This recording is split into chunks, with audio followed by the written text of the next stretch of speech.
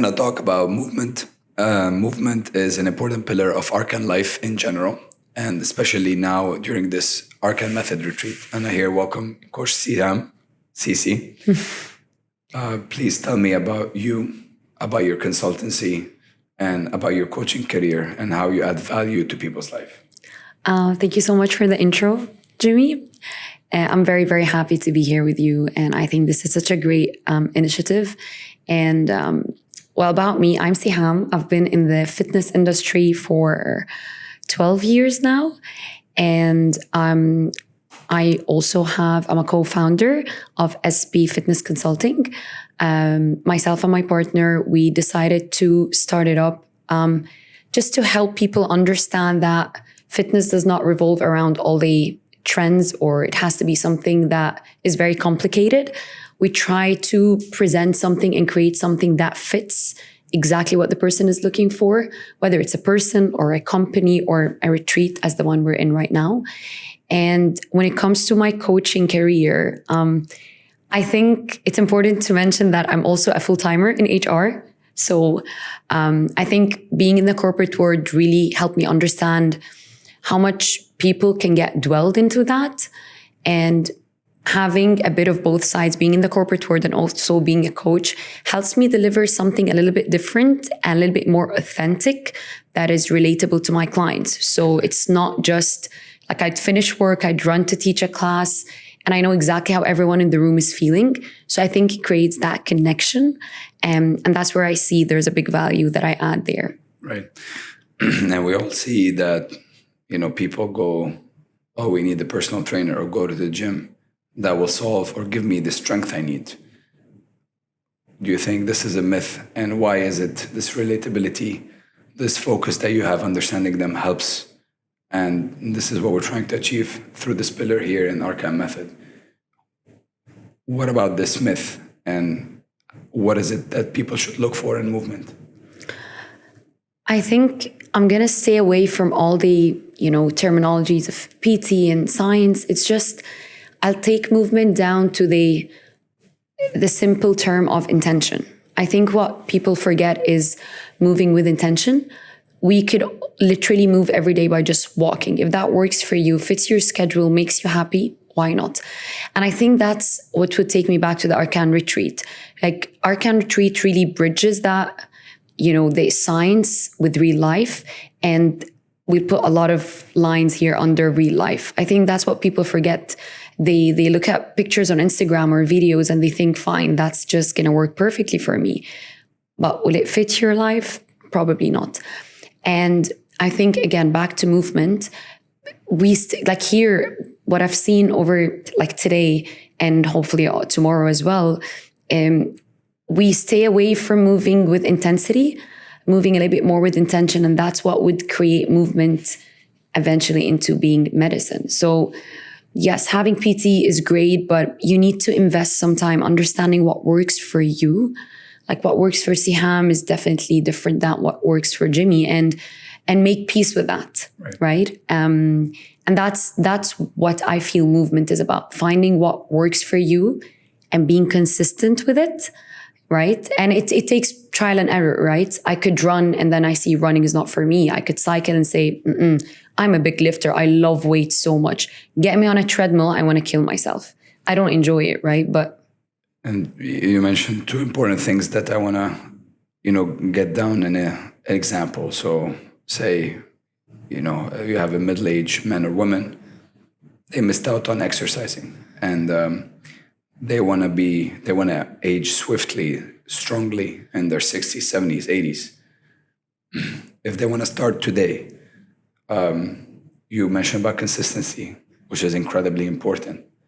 What is a great combination of workout? Is it just going to the gym, doing upper body, or is it one specific type of exercise? What would it be if someone comes to you and just turn me around, let me age swiftly? I'm very glad you asked this question, Jimmy, because the greatest example here is my mother. My mother is now 62. She started her fitness journey after lots of stubbornness at the age of 50. So that was 10 years ago or 12 years ago.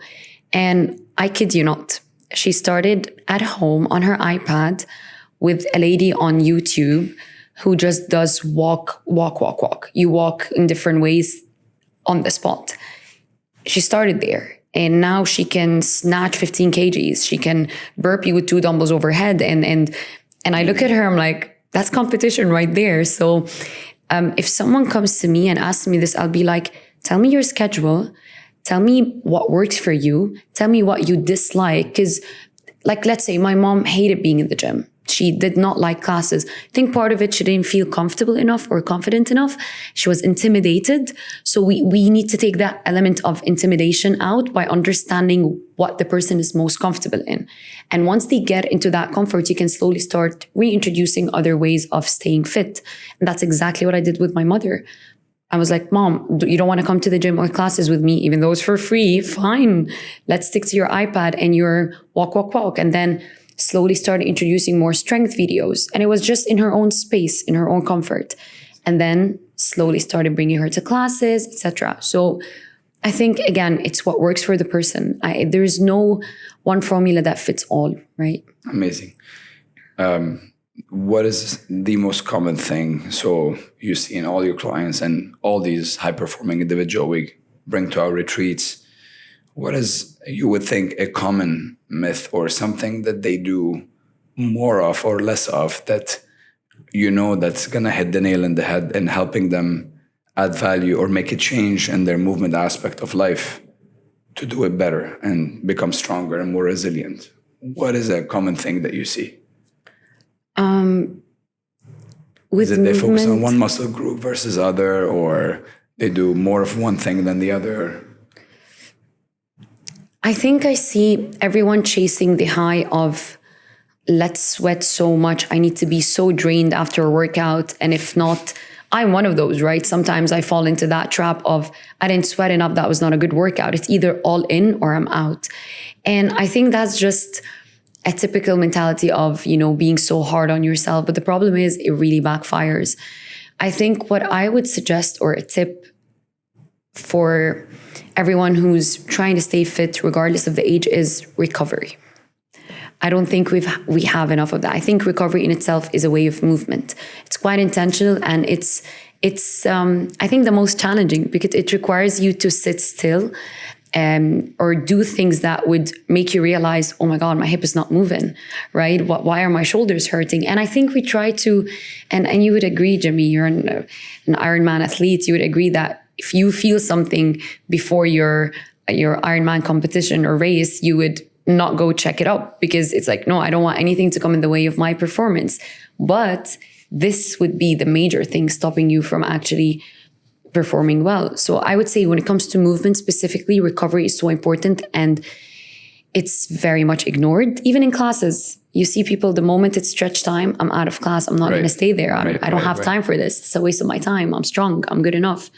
But if they would understand how much recovery would really make their performance better, that would be incredible. So movement alone, sweating alone is great. But when you lack stretching, mobility, and the warm-up, getting the body warm. Understanding your body, Jamie, right? Undermine. Yeah, you need to understand your body as well. I need to understand how I'm standing. Are my heels aligned or not, right? This is something, for example, if you're squatting, 90% of the time I see people squatting, we all have that one heel would be ahead of the other. They're never aligned.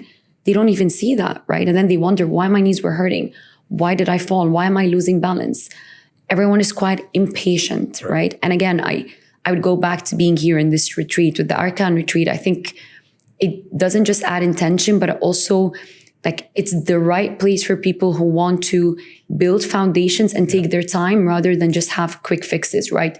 Let me put that injection in me or just take some tablets and feel better and just ignore the pain. So that's where I feel movement here makes a lot of sense, intentionally, consistently, and slowly. You pace yourself, right? And I think it will probably with this question, will reiterate what you just said. But as a final word to whoever hopefully joins us next with the other iterations, which we're going to come to, will it be in a resort like Al-Wathba? Mm-hmm. Will it be to the beach clubs or any community space they enjoy?